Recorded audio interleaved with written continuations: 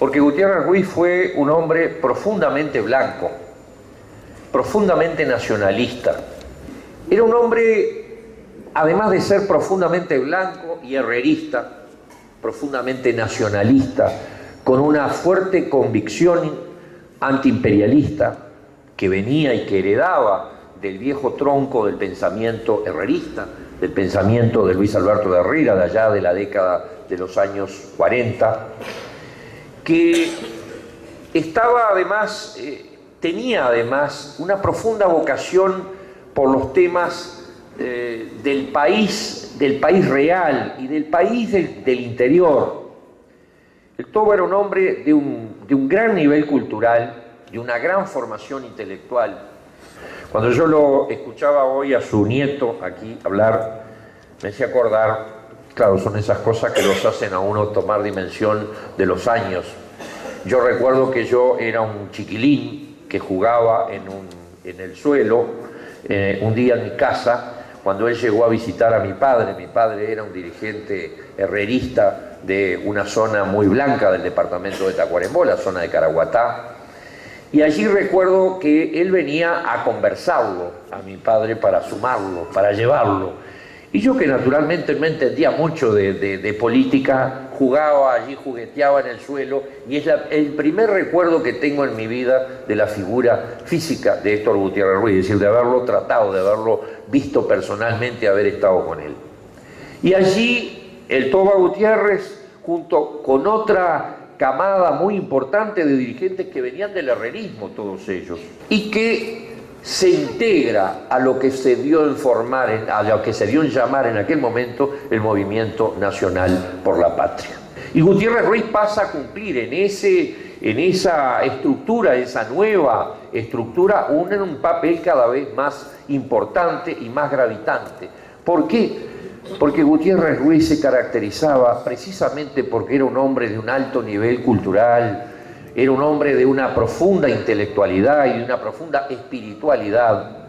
Se caracterizaba por ser un hombre de diálogo. En 1971 vuelve a ser reelecto diputado por el departamento de Tacuarembó. Cuando llega a la Cámara de Diputados, el único hombre dentro de la Cámara de Diputados que otras corrientes políticas estaban dispuestas a votar para presidente de la Cámara de Diputados.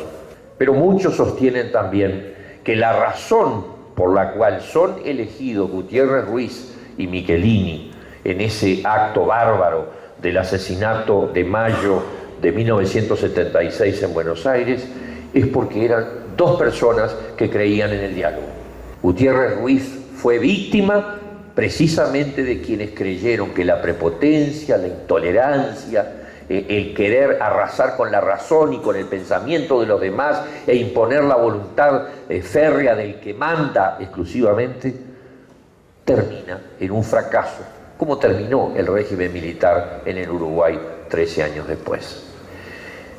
Siempre recuerdo además con muy especial cariño, y era algo que lo había olvidado, por eso lo quiero recordar ahora, que cuando Gutiérrez Ruiz ejercía la banca de diputado en Tacuarembó, él, que tenía una vinculación muy fuerte con